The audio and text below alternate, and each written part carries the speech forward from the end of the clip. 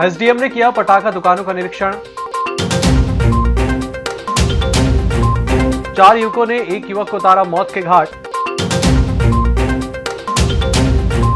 और ट्रेन गुजरते ही सरेखा और भटेरा चौकी में लगता है जाम। गोंदिया से जबलपुर ब्रॉडगेज का कार्य हुआ पूर्ण। ओवरब्रिज की नई सुविधा, फाटक खुलने का काफी इंतजार।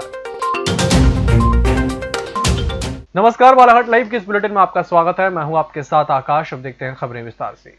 दीपावली के पूर्व पटाखा दुकानें सजने लगी हैं। इसी क्रम में आज प्रशासन ने पटाखा दुकानों का निरीक्षण किया। एसडीएम आयुषी जैन और तहसीलदार रामबाबू देवांगन ने पटाखा विक्रय स्थल और स्थायी पटाखा व्यवसायियों की दुकान में गोदाम का निरीक्षण किया और सुरक्षा के उपायों के संबंध में निर्देश दिए। निरीक्षण के दौरान तहसीलदार बालाघाट, हल्का पटवारी और पटाखा व्यवसायी संघ के अध्यक्ष निर्मल सोनी भी उपस्थित थे।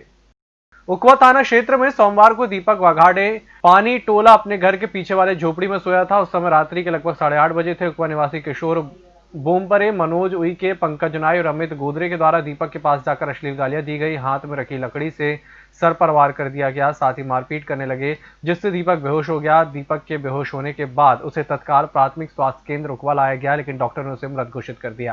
पुलिस चौकी प्रभारी उकवा पंकज तिवारी, दुर्गा प्रसाद भगत, प्रधान आरक्षक सहित अन्य के द्वारा आरोपियों को धर दबोचा गया। 3 नवंबर को शव को पोस्टमार्टम डॉक्टर इंद्रजीत बिसेन बैहर के द्वारा किया गया। काफी सालों से बहुप्रतीक्षित बालाघाट से जबलपुर ब्रॉडगेज का कार्य पूर्ण हो चुका है। पूर्व में ही बालाघाट से गोंदिया तक बड़ी रेल लाइन पर ट्रेन प्रारंभ हो गई है, लेकिन जिलेवासियों द्वारा काफी वर्षों से नगर के सरेखा रेलवे क्रॉसिंग और Baihar road Bhatera railway crossing में ओवरब्रिज बनाने की मांग की जा रही है, लेकिन अब तक ओवरब्रिज निर्माण का कार्य पूर्ण नहीं हो पाया है, जिससे इस रेलवे क्रॉसिंग से ट्रेन के गुजरते समय लंबा जाम लग जाता है। इस मार्ग पर लोगों की दिन भर आवाजाही अधिक रहती है। गोंदिया से बालाघाट जबलपुर तक ब्रॉडगेज निर्माण का कार्य पूर्ण होने से अब इस रेल मार्ग से हर आधा घंटे में ट्रेन चलेगी, जिससे ओवरब्रिज की सुविधा नहीं होने से लोगों को काफी दिक्कतों का सामना करना पड़ेगा। गोंदिया रोड में जो सरेखा में रेलवे फाटक वहाँ पर ओवरब्रिज बनना बहुत ही अत्यंत आवश्यक पहल है। और उसके बाद में भटेरा रोड पे जो रेलवे ब्रिज है वहाँ पर भी ओवरब्रिज करना अति आवश्यक है, क्योंकि अब रेलवे लाइन में 273 किलोमीटर की दूरी कम हो रही है आवागमन में, जिससे इस रूट से बहुत सारी गाड़ियाँ आना जाना करेंगी। और इन आने जाने में जो लोग गाड़ियों से जाएंगे, बसों से, ट्रकों से, उनको बहुत सारी परेशानियों का सामना करना पड़ेगा। घंटों उनको लाइन लगानी पड़ेगी, और जिससे लोग गर्मी में, बरसात में, पानी में सब परेशान होंगे। इसलिए ओवरब्रिज का बनना बहुत ज़रूरी है, ताकि लोग अपने समय से आवागमन गंतव्य स्थान तक पहुँच सकें। मांग तो सबको मालूम है कि बहुत सालों से ट्रांसपोर्ट की मांग चली रही है कि बाईपास रोड के साथ साथ हमको रेलवे ओवरब्रिज की भी मांग लगातार हम उठा रहे हैं, और वो हमारे को नहीं, पूरे बालाघाट वासियों को चाहिए। क्योंकि अभी तो ट्रेन 1 या 2 आ रही हैं, आगे चल के ये ट्रेन लगभग 10 जाएंगी, 10 आएंगी, यानी हर आधे से पौन घंटे में फिर फाटक बंद होंगे और इस तरह जाम की स्थिति बनेगी, जो आम लोगों के लिए बहुत तकलीफ दे। ओवरब्रिज चाहिए ही चाहिए, क्योंकि अब बीजेपी की सरकार केंद्र में तो बैठी है, एमपी में भी लगभग आ ही जाएगी, हम मानते हैं। अभी तो हाल फिलहाल शिवराज सिंह हैं, इनको चाहिए कि कैसे भी करके ओवरब्रिज जो भटेरा रोड में और जो सरेखा चौक में चाहिए, उसकी डिमांड पूरी करें, उसको बनाएं और आम लोगों को राहत पहुँचाएँ और परेशानी से बचाएं, बहुत ज़रूरी है। और अब बात करेंगे कोरोना बुलेटिन की। 2 नवंबर को प्राप्त रिपोर्ट के अनुसार बालाघाट जिले में 12 मरीजों के सैंपल कोरोना पॉजिटिव पाए गए हैं। शासन के प्रोटोकॉल के अनुसार 15 मरीज ठीक भी हुए हैं, उन्हें 2 नवंबर को डिस्चार्ज कर दिया गया है। इस प्रकार बालाघाट जिले में अब तक कुल 2075 मरीज कोरोना पॉजिटिव जा चुके हैं, और उनमें से 1965 मरीज शासन के प्रोटोकॉल के अनुसार ठीक होकर अपने घर जा चुके हैं। 88 मरीजों का उपचार चल रहा है। 12 मरीजों को उपचार के लिए मेडिकल कॉलेज छिंदवाड़ा रेफर किया गया है, और 10 मरीजों की मृत्यु हो चुकी है। अन्य जिलों और राज्यों में बालाघाट जिले के 110 व्यक्ति कोरोना संक्रमित पाए गए हैं। इस बुलेटिन वक्त चला छोटे से ब्रेक का, जल्द हाजिर होंगे। नागपुर की सुविधाएं अब छिंदवाड़ा में, शहर के सबसे आधुनिक dental clinic dedicated implant facility के साथ। Chaturvedi dental clinic, doctor Rahul Chaturvedi, MDS, fix दांत एवं बत्तीसी लगाने के स्पेशलिस्ट। क्लिनिक में उपलब्ध सुविधाएं: दांतों की सड़न का इलाज, लैमिनेट द्वारा दांतों का सौंदर्यीकरण, आड़े टेढ़े दांतों को ठीक करना, स्माइल डिजाइनिंग, फिक्स बत्तीसी, dental implant, cast partial denture, root canal treatment, fix cap एवं ब्रिज, निकल लेन लगाने वाली बत्तीसी।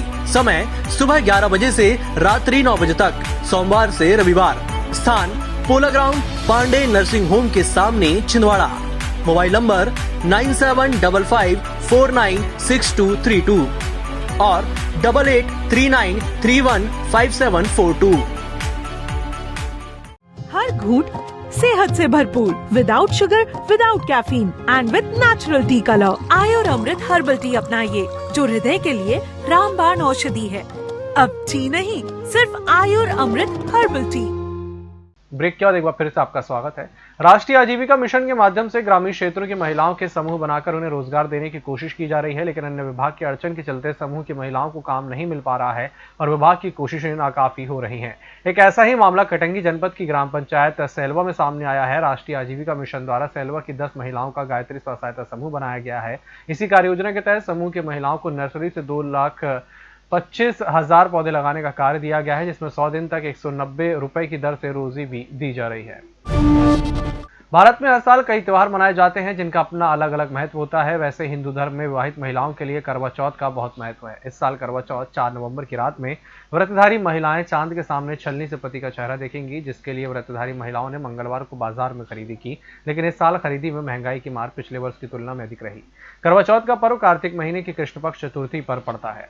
आदिवासी भवन जिला कबीरधाम छत्तीसगढ़ में मध्य प्रदेश और छत्तीसगढ़ का सामाजिक संगठनों के पदाधिकारी और मृतक झाम सिंह दुर्वे के परिवार की उपस्थिति में 1 नवंबर को बैठक संपन्न हुई, जिसमें हत्याकांड के संपूर्ण जांच रिपोर्ट मिल जाने पर जांच के संतोषप्रद न होने की स्थिति में अगले चरण की रणनीति तैयार करने पर सहमति बनाई गई। साथ ही मृतक झाम सिंह दुर्वे के परिजनों ने समाज के साथ न्याय के लिए तैयार रहने पर सहमति जताई। 15 अक्टूबर को प्रशासन द्वारा 15 दिनों तक संपूर्ण जांच हो जाने को कहा गया था, जो समय बीत चुका है। उक्त मामले को ले जाने के लिए आगामी 6 नवंबर को वीरांगना रानी दुर्गावती भवन में सर्व आदिवासी समाज संगठन बालाघाट की बैठक आहूत की गई है।